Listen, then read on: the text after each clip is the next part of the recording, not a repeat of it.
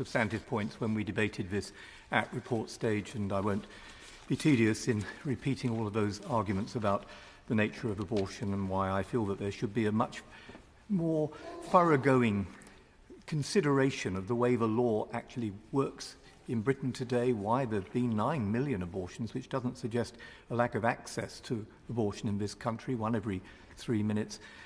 But, my lords, I do support what the noble Baroness Lady Eaton has said to us tonight about the lack of safeguards which are here within this amendment that we passed against the wishes of health ministers during the tail end of the report stage of consideration of this bill.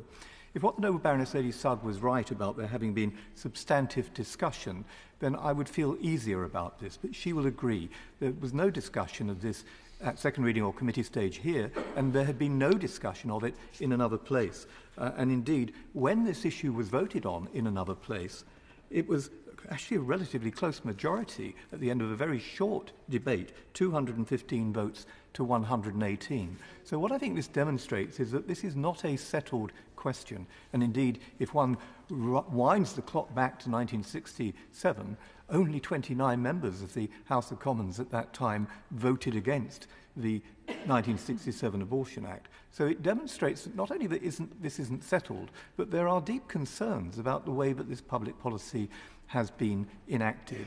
And that's why I pleaded at report stage that rather than making policy on the hoof, it would be far better if, despite the fact we have differences of opinion, some of them very fundamental on the substantive issue, there ought to be at some point a review of the legislation where we can at least talk to one another in a civilised way about what the best approach might be. And that brings me really to this amendment, which was moved with such sensitivity and compassion by Lady Eaton, because it does deal with safeguarding issues. I won't repeat the quotation which was just given to us by the noble Lord Morrow, but it does come from a Royal College. Now, the Royal Colleges may be divided about this too. I don't dispute that, but that's exactly the sort of thing that should be laid before a commission of inquiry or a committee of this House, a select committee, to examine the workings of the legislation.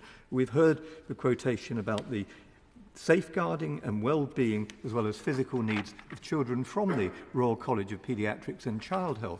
But I was also struck by what a designated doctor for child safeguarding said in a briefing which many of us have been sent from the National Network of Designated Healthcare Professionals for Children, and where Dr. Helen Daly says the considered expert opinion of NNDHP is that all children, that is those under 18 and looked after individuals under the age of 25, should be seen face to face when applying to take both sets of abortion pills at home so as to prevent coercion, child sexual exploitation and abuse, and so that clinical assessments can be made to check the risk of an inadvertent mid or late trimester abortion. I note what the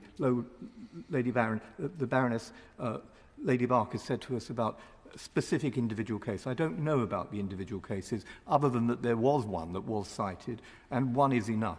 It just struck me as a parent, but also someone who worked with children with special needs as well, some of them who had significant emotional problems. How would it be if in a home abortion someone were to abort a late trimester baby and the children in that household saw what had happened? I think that would remain with them for the rest of their lives. It could have a deeply distressing and traumatic effect on them, which is why we should listen to Dr. Helen Daly when she said we have very real concerns about the harm that the Amendment to a Health and Care Bill, which would allow girls to take abortion pills at home without a prior face-to-face consultation for any early abortion, will do to children. My Lords, there's one other point, and that was something that was not referred to in our earlier debates, but there is evidence that was about the effects, the physical effects on women themselves. And for me, this is not a choice between the unborn child and a woman. This is because both lives matter. 1 in 17 women, or 20 a day, who had taken at least one abortion pill at home in the year 2020 needed hospital treatment for side effects. And this was evidence that was provided in a Freedom of Information request by the previous Global Director of Clinics Development at Mary Stopes International.